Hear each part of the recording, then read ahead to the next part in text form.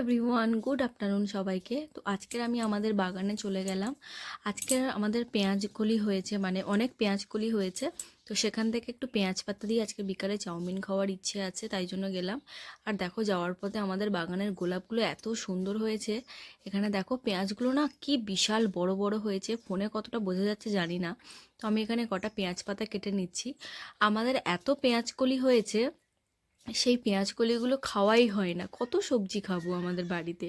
পাশে দেখো, ঘাস কড়াই খাওয়ার জন্য, ঘাস কড়াই মানে কড়াই শাক খাওয়ার জন্য কড়াই লাগানো হয়েছিল।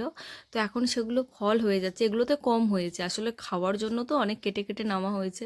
সেই জন্য তো কটা আমি ঘাস কড়াইও খেয়ে নিচ্ছি। ভালো লাগে না বাগান থেকে, মানে এই মাঠে হয় না কড়াই, যারা গ্রামের তারা জানে, শহরেরা তো পারে না, পায় না, তো জানে না।